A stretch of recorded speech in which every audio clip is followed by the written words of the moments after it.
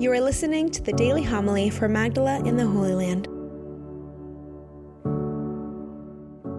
While Jesus was speaking, an official came forward, knelt down before him and said, "My daughter has just died. But come, lay your hand on her and she will live." Jesus rose and followed him, and so did his disciples. A woman suffering hemorrhages for 12 years came up behind him and touched the tassel on his cloak. She said to herself, "If only I can touch his cloak, I shall be cured." Jesus turned around and saw her and said, "Courage, daughter, your faith has saved you." And from that hour, the woman was cured.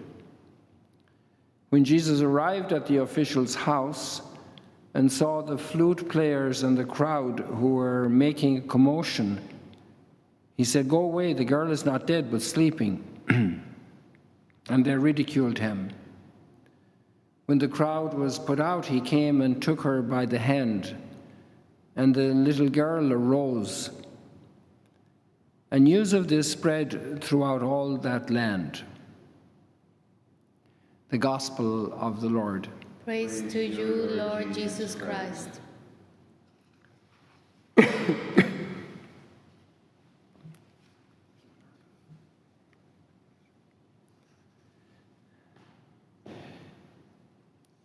What image could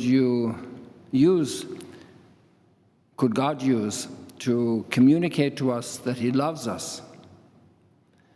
And we have those images of shepherd and vineyard dresser, the vine and the branches allegory,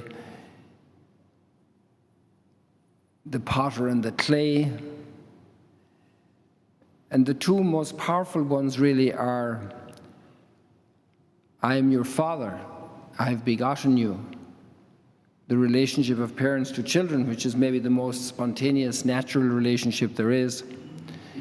And then the extraordinary relationship of spousal presence one to the other.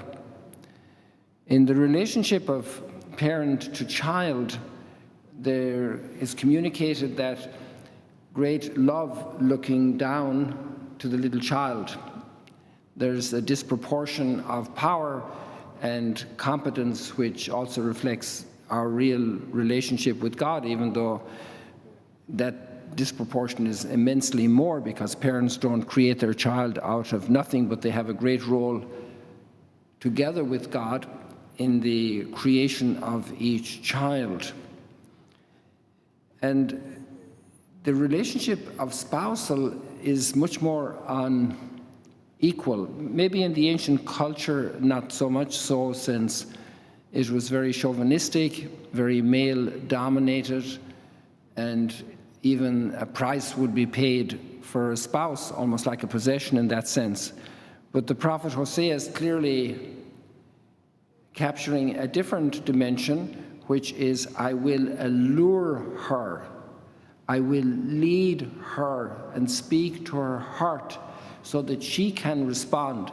So that equality with which we're more familiar today of spouses on the same level as persons, each as image and likeness of God, in their union together as image and likeness of God, then there is an extraordinary expression of God's love for us that the human heart can tend to understand, that God stands before our liberty and can allure us, can draw us with the beauty of nature, with so many other gifts he gives us, and especially for us Christians in a very powerful way. Already in the Old Testament, clearly that God had a preferential love for his people, but when we see it taken to the level of giving his last drop of blood, his pierced heart with his spouse coming forth from his side, like in the first chapters of Genesis, then this relationship becomes extraordinarily expressive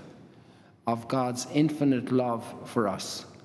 there's hardly any other reality available for human comprehension, and therefore for God's communication to our minds and hearts and souls of the intensity of his personal, respectful love for us, giving everything and still waiting on us to freely respond.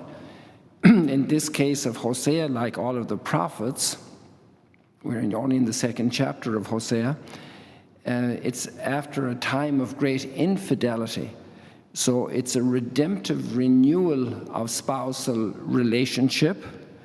Already the covenant through Moses is a covenant, and a covenant speaks of a certain equality. There are two parties that agree to be in covenant. And so this covenant is being renewed after very serious infidelity to the covenant, which again goes to underscore the intensity of God's relationship with us. Even when we sin, even when we are unfaithful, God is still madly in love with each of us and with the church as a whole. This is extraordinary.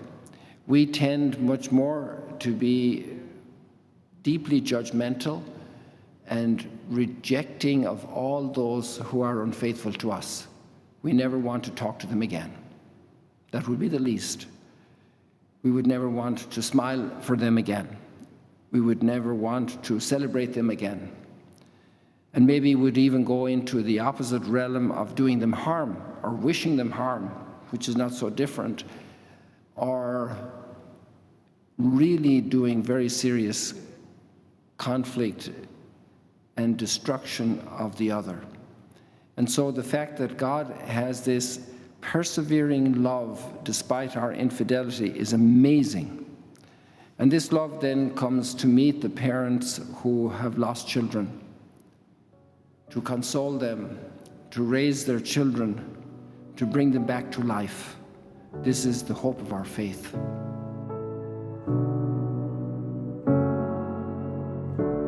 Thank you for joining us today. If you want to learn more about Magdala, follow us on YouTube and on Facebook.